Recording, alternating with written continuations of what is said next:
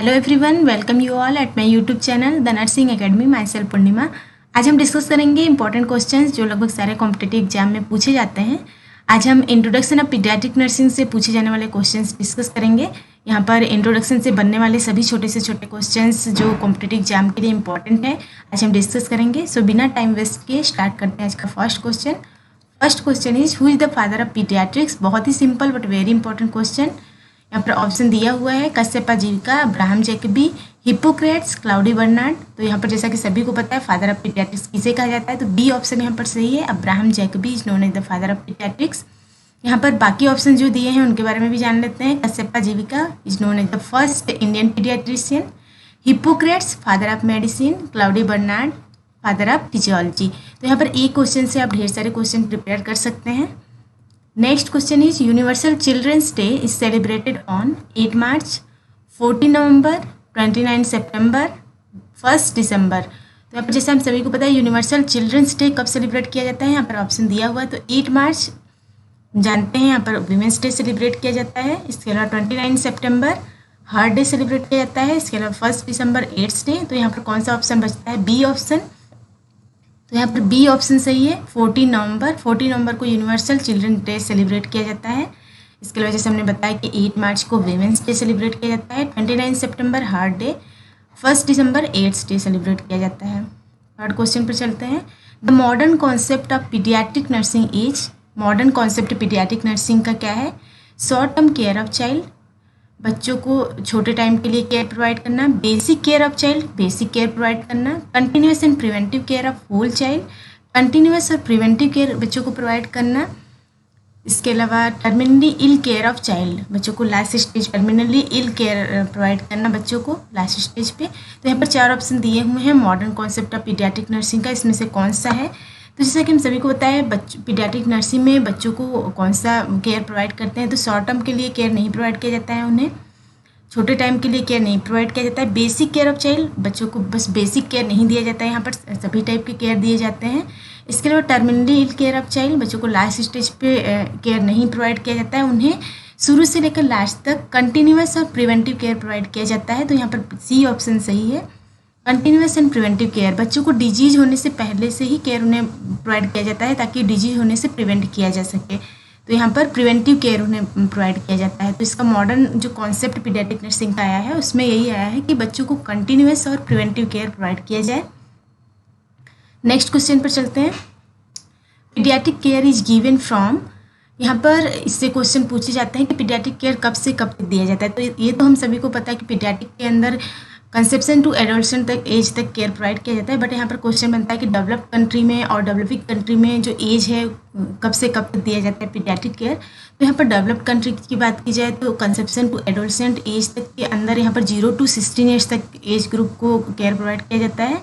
और बात की जाए अगर डेवलपिंग कंट्रीज की तो यहाँ पर 0 to 18 ईयर्स एज ग्रुप को केयर प्रोवाइड किया जाता है पीडियाट्रिक केयर। तो यहाँ पर ये क्वेश्चन इंपॉर्टेंट है, कॉम्पिटिटिव एग्जाम में पूछा जाता है कि आपको पीडियाट्रिक केयर जो आप देते हैं वो डेवलप कंट्री में कब से कब तक दिया जाता है या फिर डेवलपिंग कंट्री में कब से कब तक दिया जाता है।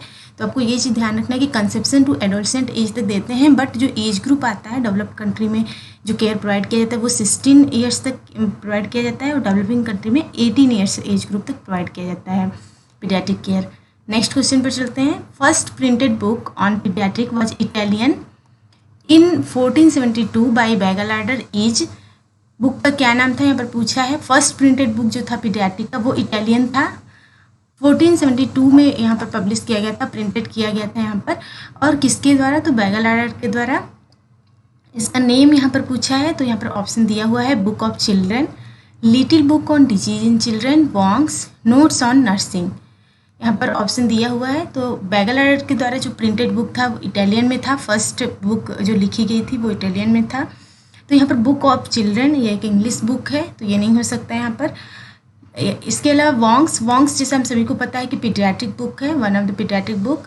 नोट्स ऑन नर्सिंग सभी को पता होगा कि नाइटिंगेल के द्वारा लिखी गई है, तो यहाँ पर बी ऑप्शन बचता है। तो यहाँ पर करेक्ट आंसर बी है, little book on disease in children. तो यहाँ पर little book on disease in children first printed book थी जो पीडियाट्रिक की थी, इटालियन में लिखी गई थी बैगलाडर के द्वारा। कब लिखी गई थी, तो 1472 में। Book of children first English book थी जो कि चिल्ड्रन डिजीज पर थी, किसके द्वारा लिखी गई थी? तो थॉमस फेयर के द्वारा। कब? तो 1545 AD। तो यहाँ पर ये भी आपको पता होना चाहिए, बुक ऑफ चिल्ड्रन किसके द्वारा लिखी गई थी? तो फर्स्ट इंडियन इंग्लिश बुक थी जो कि डिजीज चिल्ड्रन डिजीज पे थी, थॉमस फेयर के द्वारा लिखी गई थी। वॉन्ग्स एक पीडियाट्रिक बुक है। नोट्स ऑन नर्सिंग भी से भी क्वेश्चन पूछा जाता है, इंपॉर्टेंट क्वेश्चन है। नोट्स ऑन नर्सिंग किसके द्वारा बुक लिखा गया है? तो यहाँ पर फ्लोरेंस नाइटिंगेल के द्वारा। कब? 1859। तो यहाँ से भी कॉम्पिटिटिव एग्जाम में क्वेश्चन पूछे जाते हैं नोट्स ऑन नर्सिंग पे भी। तो अब एक क्वेश्चन से ढेर सारे क्वेश्चन आपको प्रिपेयर करना है। नेक्स्ट क्वेश्चन पे चलते हैं। When was the children act established in India to provide care, maintenance, welfare, training, education and rehabilitation of child? Children act कब इस्टेब्लिश किया गया था इंडिया में? तो यहाँ पर ऑप्शन दिया हुआ है 1956, 1986, 1978, 1960। तो यहाँ पर चिल्ड्रन एक्ट जो इस्टेब्लिश किया गया था इंडिया में, किस लिए इस्टेब्लिश किया गया था? तो to provide care, maintenance, welfare, training, education और रिहेबिलिटेशन टू द चाइल्ड। तो यहाँ पर राइट आंसर क्या है? 1960, D is the right answer. 1960 में चिल्ड्रन एक्ट इस्टेब्लिश किया गया था। यहाँ पर जो भी एक्ट हो गया या फिर प्रोग्राम हो गया, जो भी यहाँ पर पूछा जाता है टाइमिंग, तो उसका अमेंडमेंट का टाइमिंग पूछा जाता है। इंपॉर्टेंट होता है कि अमेंडमेंट में संशोधन कब किया गया था। तो यहाँ पर चिल्ड्रन एक्ट जो इस्टेब्लिश किया गया था 1960 में इस्टेब्लिश किया गया था और इसे अमेंडेड किया गया था, यानी कि संशोधन इसमें जो किया गया था वो 1977 में किया गया था। तो दोनों ही यहाँ पर टाइम जो है वो इम्पोर्टेंट है, दोनों ही यहाँ पर पूछे जाते हैं। तो इस्टेब्लिश कब किया गया था या फिर अमेंडेड कब किया गया था? तो यहाँ पर जो चिल्ड्रन एक्ट आया था वो 1960 में इस्टेब्लिश किया गया था। इसके बाद इसे संशोधित किया गया था 1977 में।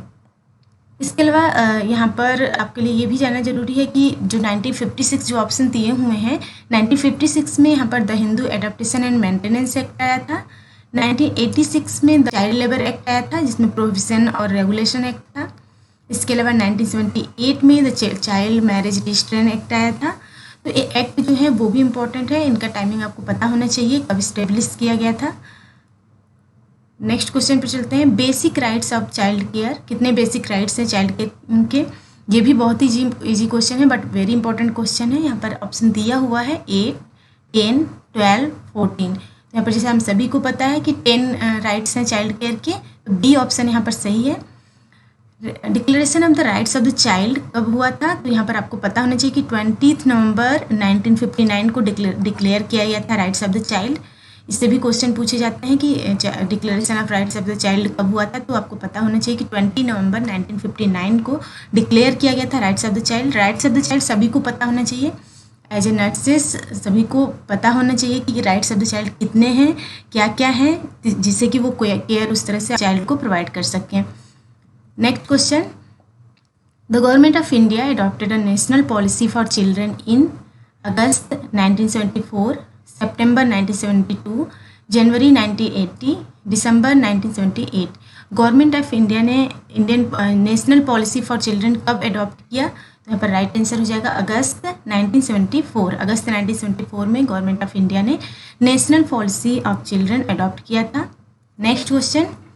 Juvenile justice act establish in for care and protection of children, अब जुवेनाइल जस्टिस एस्टेब्लिश किया गया था? तो यहाँ पर ऑप्शन दिया हुआ है 1998, 2000, 1999, 2002। तो यहाँ पर जुवेनाइल जस्टिस एक्ट कब इस्टेब्लिश किया गया था, जिसका मेन एम था केयर और प्रोटेक्शन देना चिल्ड्रन को? तो यहाँ पर बी ऑप्शन सही है। 2000 में यहाँ पर जुवेनाइल जस्टिस एक्ट इस्टेब्लिश किया गया था। अमेंडेड किया गया था 2006 में। जैसे हमने बताया कि कोई भी एक्ट है, प्रोग्राम है, तो कब अमेंडेड किया गया था ये भी आपको साथ में पढ़ना है। तो संशोधन कब किया गया था इसमें? तो 2006 में संशोधन किया गया था, इस्टेब्लिश किया गया था 2000 में। Next question. Full form of UNICEF, ये भी इंपॉर्टेंट क्वेश्चन है। यूनिसेफ का फुल फॉर्म क्या है यहाँ पर, तो आपको ध्यान से पढ़ना है। United National International Children's Emergency Fund. Second option United Nations International Children's Emergency Fund, United Nations International Child Emergency Fund. Last option है United Nations International Children's Emergency Fund. आपको ध्यान से पढ़ना है, कोई भी क्वेश्चन को लगभग 2 बार पढ़िए, मिनिमम 2 बार, ताकि आपको क्वेश्चन जो है वो अच्छे से समझ में आ जाए और इसमें जो छोटे छोटे डिफरेंस है वो भी आपको देखने हैं। तो यहाँ पर यूनिसेफ का फुल फॉर्म क्या है, तो यहाँ पर सेकेंड ऑप्शन इसका सही है, B option, United Nations International Children's Emergency Fund. बहुत लोग यहाँ पर मिस्टेक कर देते हैं, यहाँ पर आपको ध्यान देना कि यहाँ पर चिल्ड्रंस है, चाइल्ड नहीं है, यहाँ पर चाइल्ड वाला ऑप्शन गलत है। और यहाँ पर ये भी आपको ध्यान देना है कि नेशंस है, यहाँ पर नेशनल नहीं है। ये छोटी छोटी चीज़ें आपको ध्यान देनी है। और यहाँ पर यूनाइट नहीं है, यूनाइटेड है। तो ये सारी चीज़ें आपको ध्यान देनी है। तो यहाँ पर बी ऑप्शन सही हो जाएगा। छोटी छोटी चीज़ें आपको ध्यान देनी है कि इसमें क्या क्या डिफरेंस है। तो यहाँ पर इसका फुल फॉर्म जो होता है United Nations International Children's Emergency Fund. Next question पर चलते हैं, full form of ICDS। ICDS का फुल फॉर्म क्या है? ICDS भी मोस्ट इंपॉर्टेंट क्वेश्चन आते हैं, यहाँ पर लगभग 2 से 3 क्वेश्चन हर कॉम्पिटिटिव एग्जाम में पूछे ही जाते हैं। तो यहाँ पर ICDS का फुल फॉर्म आपको पता होना चाहिए। फुल फॉर्म ऑफ ICDS यहाँ पर ऑप्शन दिया हुआ है, integrated children development services, integrated child development services, integrated child development serve, integrated children development serve. यहाँ भी आपको ध्यान से पढ़ना है। तो यहाँ पर इसका सही ऑप्शन है B, integrated child development services. यहाँ पर भी आपको चिल्ड्रन, चाइल्ड, ये सारी चीज़ें ध्यान देनी है, सर्विसेज, सर्व। तो यहाँ पर आपको ध्यान देना कि यहाँ पर चाइल्ड है, ICDS में चाइल्ड है। इससे पहले हमने जो पढ़ा था लाइक यूनिसेफ, यहाँ पर चिल्ड्रन है। तो यहाँ पर आपको ये छोटी छोटी चीज़ें ध्यान देनी है कि कहाँ पर क्या डिफरेंस है। तो यहाँ पर इंटीग्रेटेड चाइल्ड डेवलपमेंट सर्विसेज है, ICDS में चाइल्ड है, चिल्ड्रन नहीं है। तो ये चीज़ें आपको ध्यान देनी है। नेक्स्ट क्वेश्चन बेनिफिशियरीज से पूछे जाते हैं। बेनिफिशियरी ऑफ ICDS आपको पता होना चाहिए। ICDS के अंतर्गत कौन कौन से बेनिफिशियरी जाते हैं। बेनिफिशियरी मतलब किसको किसको प्रोग्राम के अंतर्गत फ़ायदा मिल रहा है। तो यहाँ पर children 0 to 6 years age group को मिलता है। इसके अलावा adolescent girl 11 to 18 years, pregnant women को दिया जाता है, यहाँ पर बेनिफिशियरीज के अंतर्गत रखा जाता है। नर्सिंग मदर मीन्स जो भी ब्रेस्ट फीड करा रही हैं अपने बच्चों को। यहाँ पर वीमेन ऑफ 15 to 45 ईयर्स से age group, 15 to 45 years age group women आती हैं इसके अंतर्गत। तो ये सारे बेनिफिशियरीज हैं जो आपको पता होना चाहिए। तो यहाँ पर क्वेश्चन पूछे जाते हैं कि all are the beneficiaries except करके क्वेश्चन पूछे जाते हैं। ICDS में कौन से बेनिफिशियरीज में हैं एक्सेप्ट करके, तो यहाँ पर आपको पता होना चाहिए। इसके अलावा ICDS कब लॉन्च किया गया था स्कीम, तो ये भी आपको पता होना चाहिए। 1975 में लॉन्च किया गया था। तो ये भी इम्पोर्टेंट है। नेक्स्ट क्वेश्चन पे चलते हैं, baby friendly hospital initiative was launched in 1990, 1992, 1994, 1996। यहाँ पर बेबी फ्रेंडली हॉस्पिटल इनिशिएटिव जिसे BFHI कहा जाता है वो कब लॉन्च किया गया था। तो यहाँ पर बी ऑप्शन सही है, 1992 में लॉन्च किया गया था यह। नेक्स्ट क्वेश्चन पर चलते हैं, infant mortality rate according to SRS। Infant mortality rate क्या है according to SRS। SRS community medicine में यूज किया जाता है। इसका फुल फॉर्म है सैंपल रजिस्ट्रेशन सिस्टम। तो यहाँ पर इन्फेंट मोर्टेलिटी रेट मतलब डेथ रेट। तो इन्फेंट डेथ रेट क्या है अकॉर्डिंग टू SRS। तो यहाँ पर ऑप्शन दिए हुए हैं, 13 in 1000 live birth, 39 in 1000 live birth, 49 in 1000 live birth, 28 in 1000 live birth. तो यहाँ पर बी ऑप्शन इसका सही है, 39 in 1000 लाइव बर्थ। यहाँ पर इन्फेंट मोर्टेलिटी रेट जो SRS के अकॉर्डिंग है 39,000 में 1000 लाइव बर्थ में 39 जो इन्फेंट है वो मोर्टेलिटी देखने को मिलती है यहाँ पर। तो बाकी ऑप्शन के बारे में भी जान लेते हैं। यहाँ पर 13 in 1000 लाइव बर्थ जो है वो पोस्ट नेटल मोर्टेलिटी रेट है। इसके अलावा 49 in 1000 live birth under 5 mortality rate है, 28 in 1000 live birth neonatal mortality rate है। तो ये भी आपको याद रखना है, क्वेश्चंस पूछे जाते हैं कॉम्पिटिटिव एग्जाम में। तो आपको एक क्वेश्चन से ढेर सारे क्वेश्चन प्रिपेयर करने हैं, सभी ऑप्शन के बारे में जानना है, आपको ध्यान देकर आपको पढ़ना है। तो आज के लिए बस इतना ही, मिलते हैं नेक्स्ट क्लास में। वीडियो अच्छा लगा हो तो लाइक करिए, शेयर करिए और सब्सक्राइब करिए इस चैनल को। इसके अलावा बेल आइकन प्रेस कीजिए ताकि आने वाले वीडियोज़ के नोटिफिकेशंस आपको मिलते रहें। Thank you.